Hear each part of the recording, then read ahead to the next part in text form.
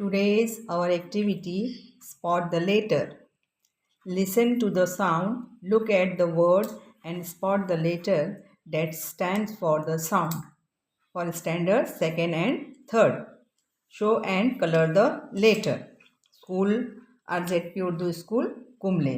यहाँ पर हम एक एक्टिविटी लेने जा रहे हैं जिसका खास मकसद ये है कि हुर्फ और इनकी आवाज़ पहचानने की पुख्तगी तैयारी हमको करना है।